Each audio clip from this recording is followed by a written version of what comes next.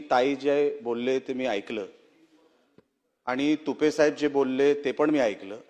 ग्रामीण भागामध्ये साहेब माझा मतदारसंघ हा ग्रामीण भागात येतो।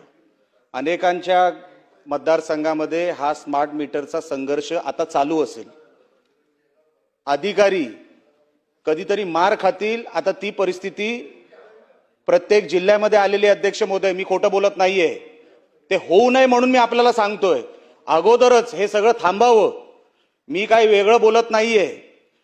ताई, आपल्याला जे अधिकारी काही सांगत असतील फक्त 4% तक्रारी आल्या वगैरे सगळं खोटं आहे। 50%च्या वर तक्रारी आहेत, पण खालचे अधिकारी का ब्रीफिंग देत नाहीत वरती मंत्रालयाला मला काही कळायला मार्ग नाही। स्मार्ट मीटर बद्दल काय होतं, कधी कधी दुरुस्तीच्या नावाखाली ही लोक जातात तिकडे दुरुस्ती करायला आणि पटकन ते स्मार्ट मीटर तिकडे लावून टाकतात। ग्राहकाची ते परवानगी घेत नाही अध्यक्ष महोदय आणि पटकन ते दुसऱ्या स्मार्ट मीटरची तिथे इम्प्लिमेंटेशन करून टाकतात। बिलामध्ये वाढ होते, हे काय मला सांगायची काही गरज नाही अध्यक्ष महोदय।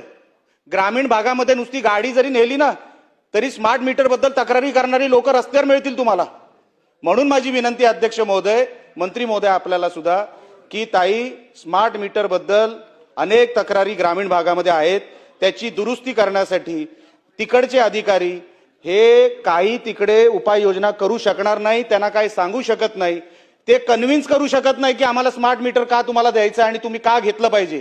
तुम्ही म्हणताय तक्रारी नाहीत, पण असंख्य तक्रारी आहेत।